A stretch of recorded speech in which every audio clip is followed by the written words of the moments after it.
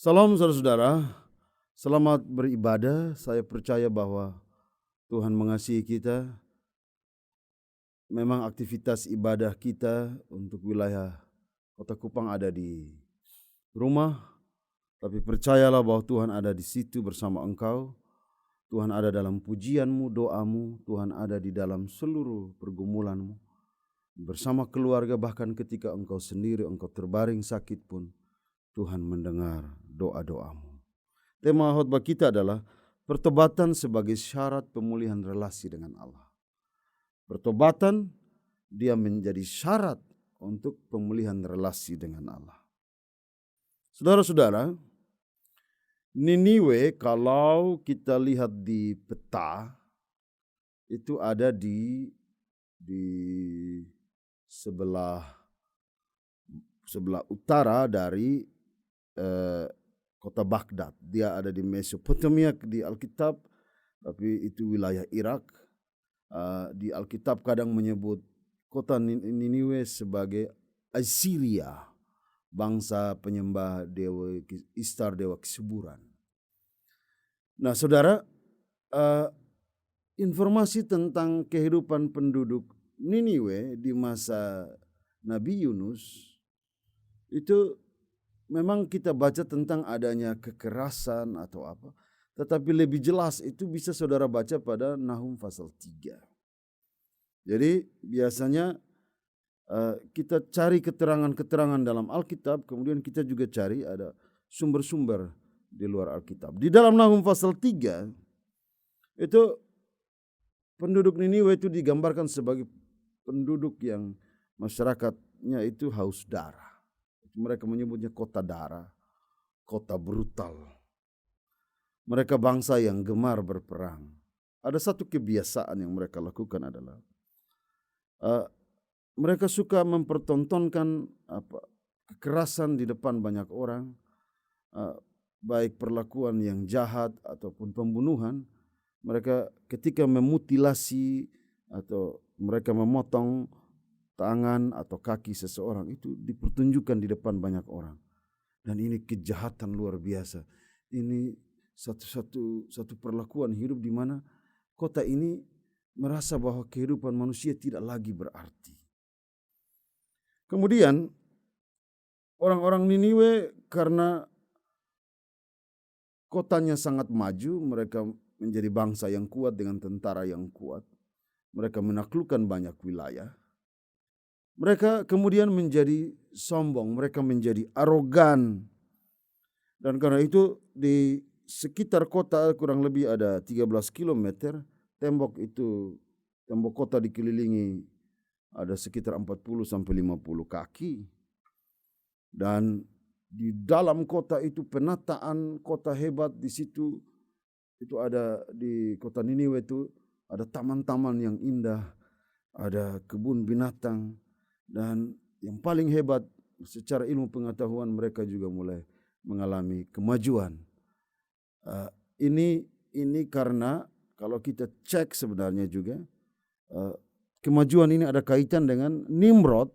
Menurut versi Alkitab turunan dari Nuh, sini Nimrod yang jahat itu, dialah yang juga membangun kota Niniwe.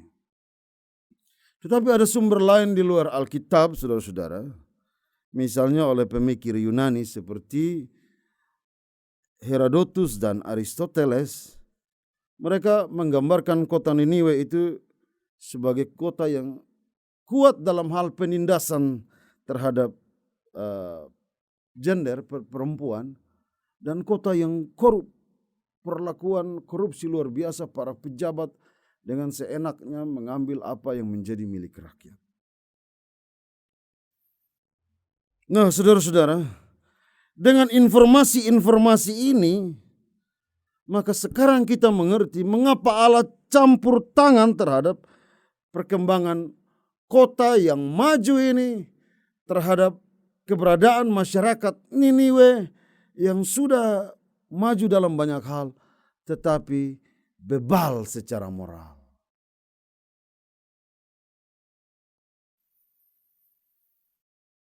Inilah bahayanya saudara.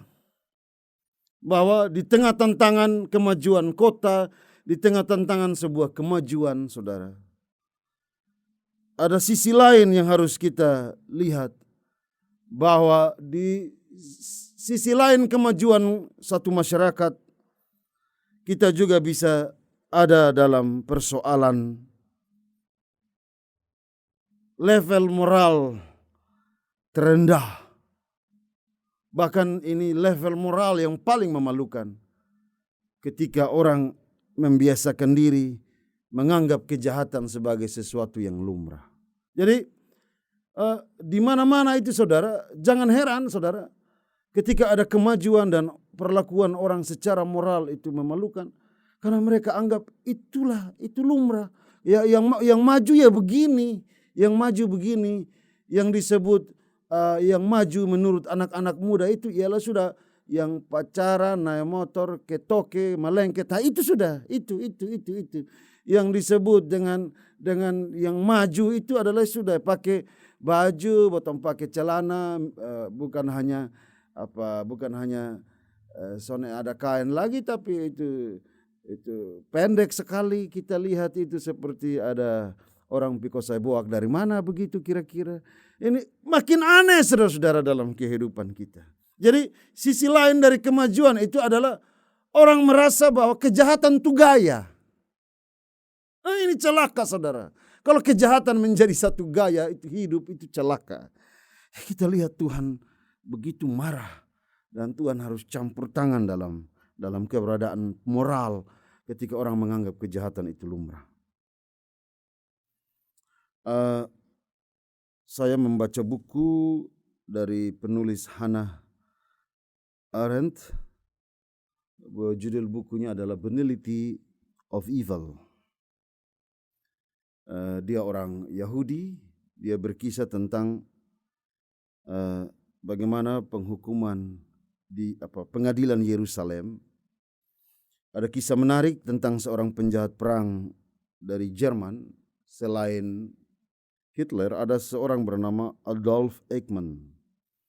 Dia turut serta dalam pembantaian orang-orang di Jerman. Orang ini lari ke Argentina lalu ditangkap oleh intelijen Israel tahun 1977. Sekarang dia diadili, dia dibawa ke Yerusalem untuk diadili. Adolf Eichmann, dia berpangkat letnan kolonel.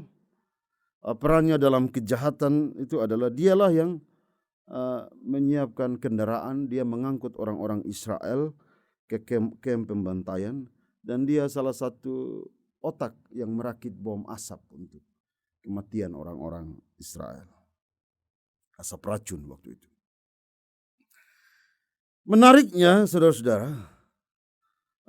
Hannah Arendt bercerita bahwa pada saat pengadilan dilakukan, seluruh fakta persidangan disampaikan tentang bagaimana peran dan kejahatan yang dilakukan oleh Adolf Eichmann.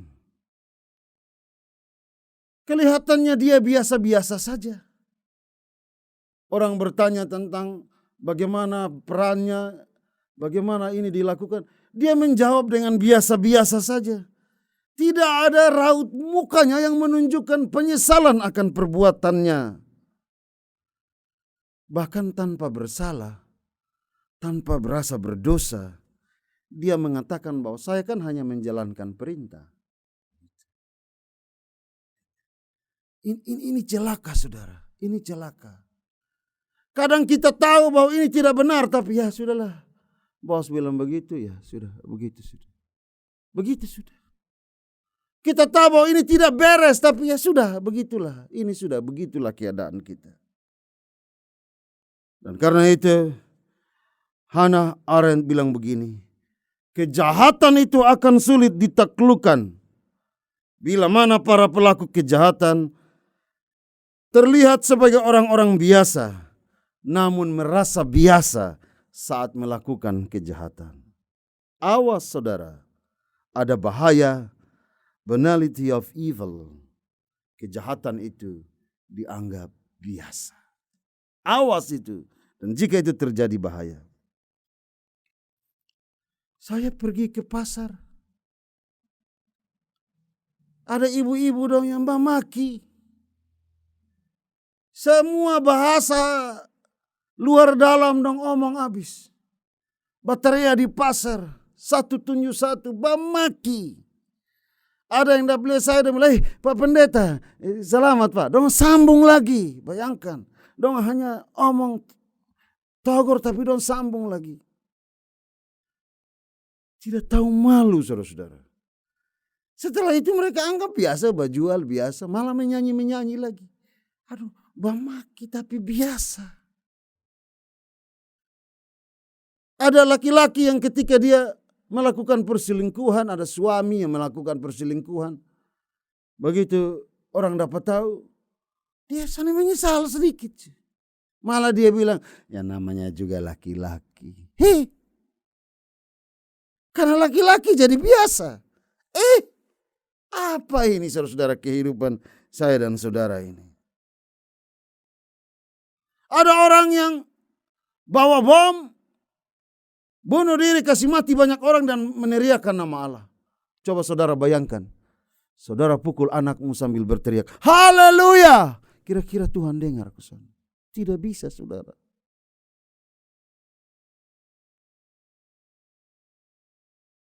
Awas, bahaya kita menganggap kejahatan itu biasa. Saudara, ada satu nyong. Saya ingat itu kisah saya juga rasa lucu. Dia ini kan bikin gelagat mencurigakan. Dia mau ambil air di sumur, tapi dia lihat orang pepaya. Nah ini pepaya nih buah mulai matang, mulai kelihatan, dan itu memang pepaya menggoda. Dia lihat kiri kanan, dia lihat kiri kanan, pelan-pelan dia naik itu pohon pepaya. Begitu dia naik, dia sudah dekat, dia mau petik itu buah pepaya. Tuan pepaya berteriak, "Woi, lu pakai apa? Lu pencuri pepaya?" Apa yang dia bilang? Dia bilang apa pada tuan pepaya? Kok saya olahraga kok bikin tangan naik turun begini nah? Salah. Saudara lihat. Orang melakukan kejahatan tapi masih berargumen, membela diri, menganggap biasa, saudara. Awas, bahaya ketika orang menganggap kejahatan itu biasa.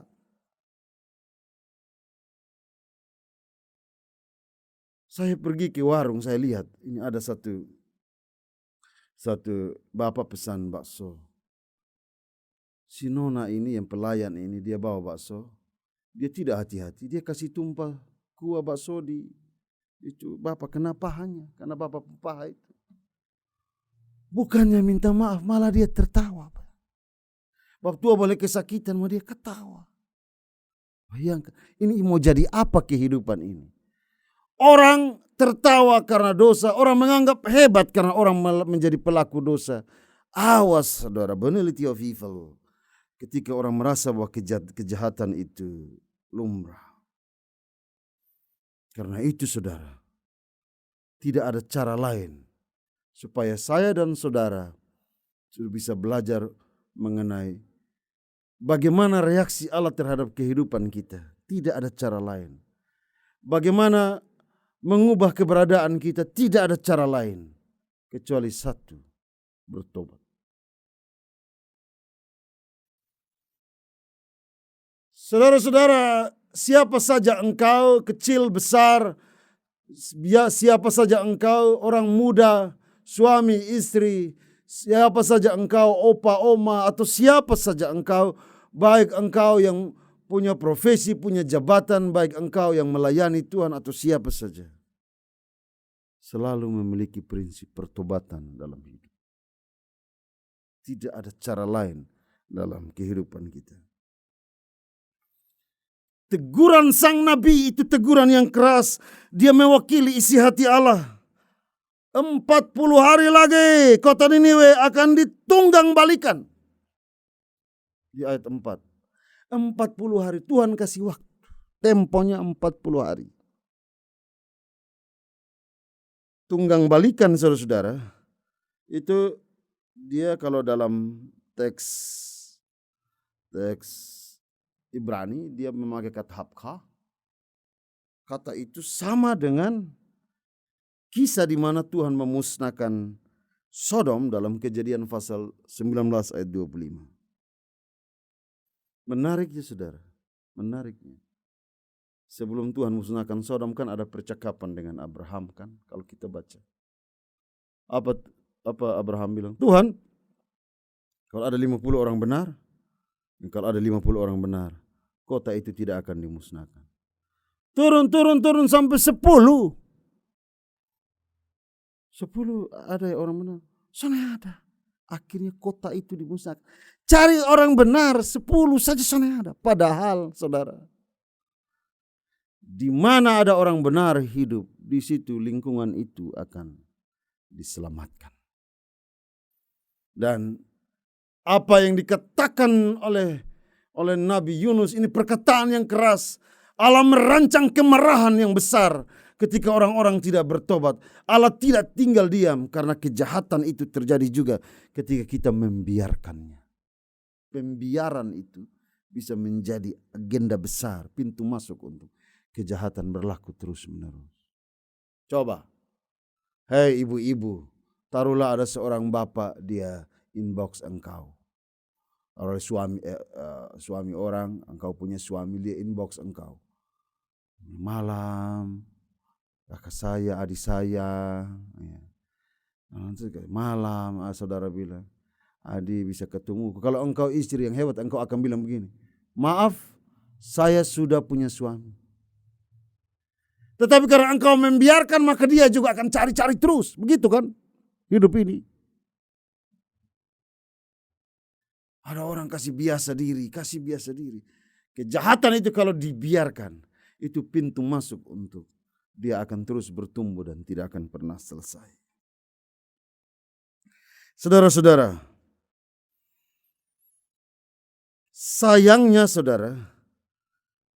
sayangnya di kota Sodom itu tidak ada satu orang pun yang benar.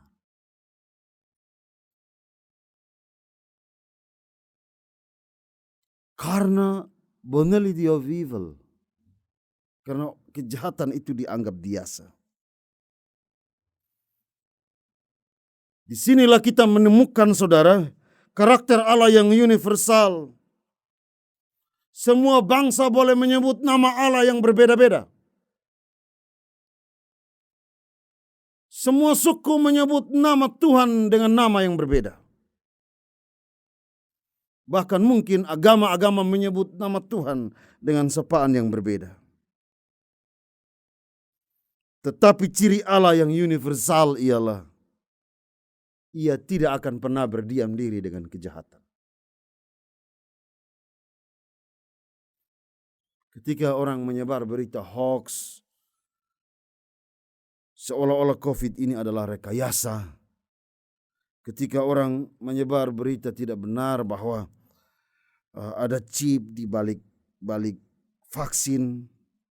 Ketika orang mencurigai bahwa ada bisnis besar di balik vaksin untuk kemanusiaan, ada bisnis besar, ada rekayasa perdagangan di situ. Semua orang menjadi takut. Ya, semua itu harus disaring lagi. Tetapi saya mau bilang pada saudara sederhana. Seandainya pun COVID itu adalah sebuah rekayasa. Seandainya pun chip itu betul ada di dalam vaksin. Seandainya vaksin ini hanyalah pintu masuk untuk keuntungan ekonomi semata, bukan kemanusiaan. Saya mau kasih tahu saudara, Tuhan tidak akan berdiam diri. Setiap orang baik secara pribadi, kolektif atau siapa saja, ketika merancang kejahatan jangan pernah menyangka bahwa Tuhan akan berdiam diri. Kejahatan itu memang perkasa, tapi dia tidak maha perkasa. Jadi jangan pernah bangga dengan kejahatan, saudara-saudara. Jangan pernah merasa besar karena kejahatan yang kita lakukan. Saya mau bilang pada saudara begini. Ini hal kecil saja, tapi ini saya alami. Saya pun bapa, setiap kali nonton tinju itu mungkin dia terlalu semangat, sehingga waktu nonton tinju dia genggam dia pun tangan ini bikin falungku begini. Kemudian orang yang bertinju di TV dia yang baru dia pun maju, dia duduk sepotong di kursi dia begitu terus. Nah saya yang lihat itu saya juga rasa lucu. Tetapi sebagai anak kan seharusnya saya tidak boleh olok dia kan begitu. Dia begini, saya juga karena rasa lucu tidak lagi perhatian pada orang bertinju, saya bilang saya juhu tapi hunya olok. Itu semuanya olok saya pembab. Apa jadi saudara? Apa jadi? Sekarang kalau saya nonton tinju, saya perhatikan Bapak, kemudian saya juga pegang kursi di mana saya duduk, dan apa lihat? Saya gigit saya pun bibir. Nanti saya bilang, pukul. Jadi saya pun istri bilang, Bapak, lama-lama orang belum ke ojo, lu suka duluan di situ. Ini hal kecil saudara. Ini hal kecil. Tetapi ketika kita melakukan satu kejahatan, kan ada hukumnya kan? Siap membayar juga untuk harga dari kejahatan yang kita buat. Kita menghina orang, kita akan dihina. Kita tidak menghormati orang, kita juga tidak akan dihormati. Ketika kita mengabaikan orang tua, siap juga satu ketika engkau akan diabaikan oleh anak-anak. Ini kan hukum kehidupan. Allah tidak akan berdiam diri dengan kejahatan. Dengan caranya sendiri, dia akan menaklukkan kejahatan. Karena itu saudara, sebagai orang percaya, kita butuh keberanian untuk bilang, cukup terhadap kejahatan. Bertobat. Kita butuh keberanian, saya dan saudara butuh keberanian untuk mengatakan pada kejahatan cukup. Bukankah ini yang membedakan kota Niniwe dan Sodom? Sodom tak mau bertobat, sementara Niniwe bertobat. Karena apa? Karena mereka percaya, mereka takut kepada Allah. Saudara tolong punya rasa takut terhadap Allah. Buktinya mereka berpuasa sebagai tanda penyesalan. Tertullianus, Bapak Gereja, dalam bukunya De Poententia, dia menjelaskan dengan sangat baik bahwa kain kabung itu tanda kefanaan, tanda kerendahan hati, dan abu itu satu tanda bagi manusia. Manusia berasal dari debu dan juga akan kembali kepada debu. Dari debu, duduk di abu itu mencerminkan keberadaan kita. Karena kita sesungguhnya berasal dari debu. Kita akan kembali juga kepada debu. Semua yang hidup, baik manusia maupun ternak, belajar mengingat keterbatasan diri di hadapan Tuhan. Semua orang, baik kecil, besar, raja yang membanggakan kuasanya, harus melepaskan kebanggaannya di hadapan Tuhan yang Maha Kuasa. Dan hebatnya teks ini adalah terjadinya pertobatan nasional. Bayangkan semua yang hidup bertobat. Mesti ada pertobatan nasional. Semua serempak. Apa yang mau dikatakan oleh teks? Ketika mereka bertobat, benar-benar mereka mengubah diri, dan itu semua orang bergerak bersama. Kejahatan itu saudara, kalau hanya dilawan seorang diri, mungkin hanya dirimu saja yang bisa mengetahui tentang kejahatan itu. Tetapi kejahatan itu paling takut ketika kita bersama-sama mengatakan tidak dan cukup kepada dia. Kejahatan itu akan gagal manakala semua masyarakat mengatakan tidak. Saya lihat di kehidupan kita itu. Saya lihat Bagaimana anak-anak kita tidak berjudi kalau kita orang tua juga bukannya pergi mete untuk urus. Kita lihat baik-baik ketika ada kematian, kita menunjukkan contoh dan anak-anak berjudi. Tapi bayangkan kalau semua orang tua ketika anak-anaknya berjudi dan mereka marah, selesai. Kejahatan harus dilawan bersama-sama. Kalau di satu masyarakat, saudara membiarkan orang dengan seenaknya saja pakai motor lari, bunyi beser tengah malam, tidak ada yang tegur. Tapi kalau semua orang keluar dan tegur, maka akan selesai. Kejahatan itu selalu takluk ketika kita bersama-sama mengatakan tidak. Saudara,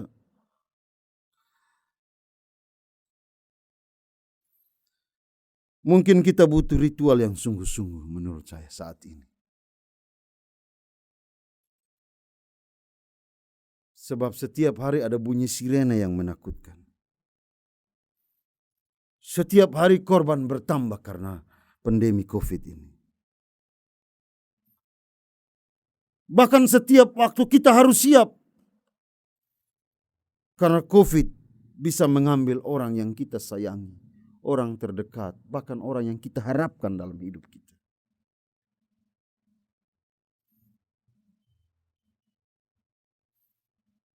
Kita butuh keheningan untuk melihat betapa kita ini hanya debu. Bayangkan satu penyakit terjadi di seluruh dunia, menyerang semua orang yang sama. Kita harus sadar bahwa kita ini memang hanya debu. Kita butuh untuk satu keheningan, pertobatan secara sungguh-sungguh. Karena apa menurut saya? Hidup itu tidak ditentukan oleh rapid antibody. Hidup juga tidak ditentukan oleh itu rapid antigen. Hidup juga bukan soal swabnya. Hidup itu bukan soal vaksinnya. Hidup itu bukan sama seperti yang dikirim di WA group. Ini bisa disembuhkan dengan minyak kayu putih, bisa disembuhkan dengan itu bawang putih atau apa saja. Silakan orang boleh berupaya. Tetapi saya mau bilang itu saja tidak cukup. Kita butuh sesuatu yang lebih dalam hidup ini. Kita butuh pengampunan Allah. Bukan sekedar ritual-ritual biasa. Bukan sekedar upaya untuk kehidupan. Saya dan saudara butuh pengampunan Allah. Sebab abad di mana kita hidup adalah abad yang membuat banyak makhluk manusia bersembunyi dengan dosa di balik kemegahan. Abad paling top, megah, maju. Tapi di balik kemajuan itu kita sedang bersembunyi dengan dosa.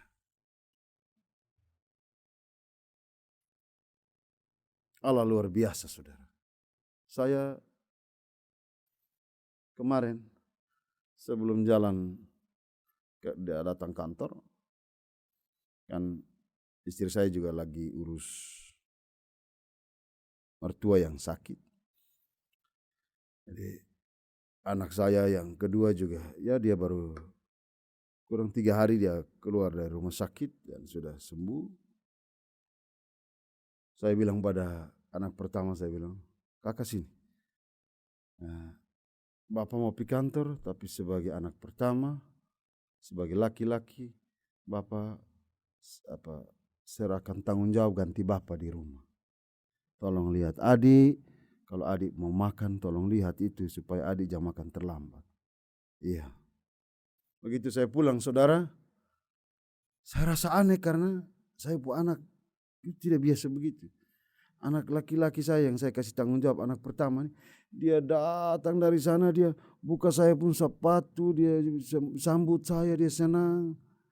Baru saya juga heran, kok biasa nih begini. Dulu dia tidak pusing mau buka sepatu atau tidak pusing, tapi kenapa dia buka sepatu? Baru saya tanya, adik sudah makan? Sudah. Makan banyak? Iya. Habis itu sudah dia mau makan lain. Ternyata ini apa? Beta kira disumakan, kok beta makan buah daging goreng dong. Juga adik makan lagi sana. Makan, dia makan dan saya kok dia marah-marah. Saya tahu bahwa saya bisa marah dia, kok kakak juga kenapa ini terlalu apa kakak terlalu bersemangat makan sampai lupa itu sana bagi lauk. Saya bisa marah. Tapi dengan dia pun keberadaan dia datang, dia menyatakan diri sesuatu yang tidak biasa. Saya melihat dia sebagai orang yang melakukan kesalahan, tapi dia punya potensi kebaikan, mengakui. Dia tidak butuh kemarahan, dia harus didekap, dibelai, dia butuh satu kasih sayang, keadilan. Wah, memang dia ada sedikit kesalahan, tapi dia juga harus diperlakukan dengan adil. Tuhan saudara menatap cara beribadah kesungguhan ritual itu. Sebab inti dari ritual itu bukan kain kabungnya, bukan melepaskan baju jubahnya. Inti dari ritual itu bukan hanya duduk di debu, tetapi inti dari ritual itu menempatkan keberadaan diri untuk hanya bisa hidup dalam pengampunan Allah. Inti ritual itu adalah kita hanya bilang bahwa hanya anugerah Allah sajalah yang membuat saya dan saudara hidup.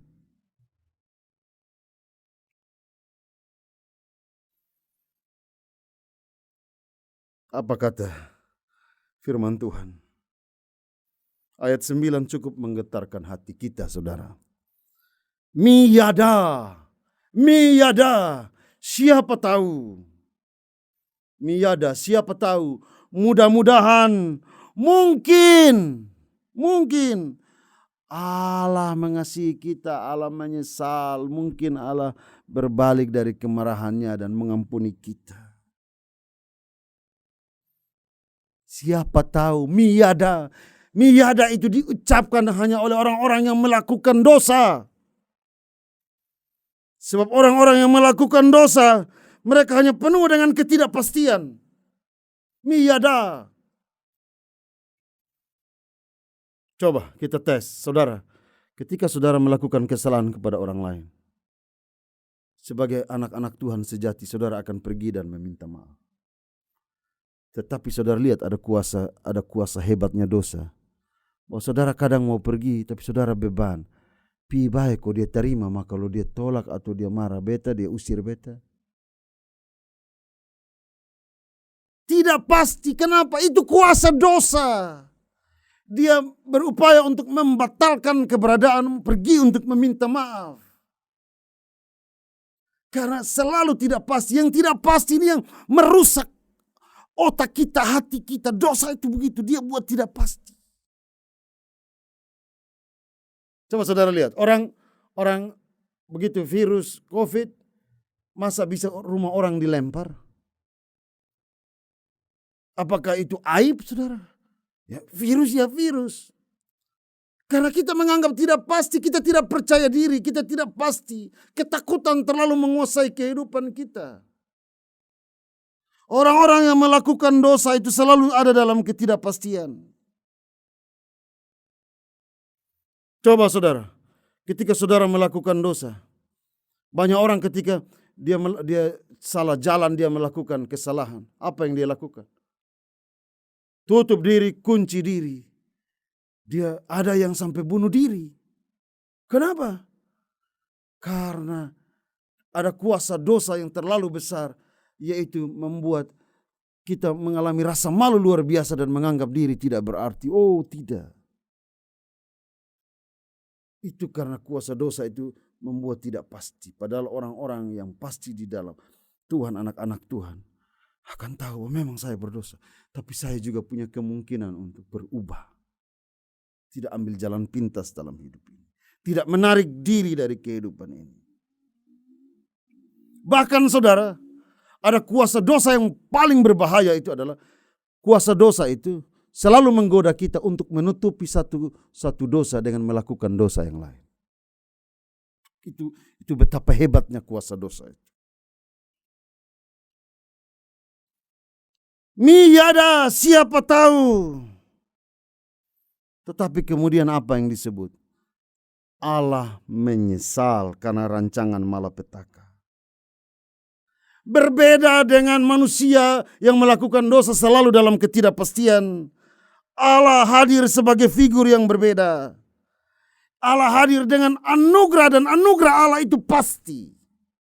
Allah menyesal, lalu dia membatalkan rancangan malapetakanya. Pasti. Manusia ini tidak pasti, tetapi Allah itu pasti. Teks kita mau mengajarkan tentang kasih Allah tanpa batas.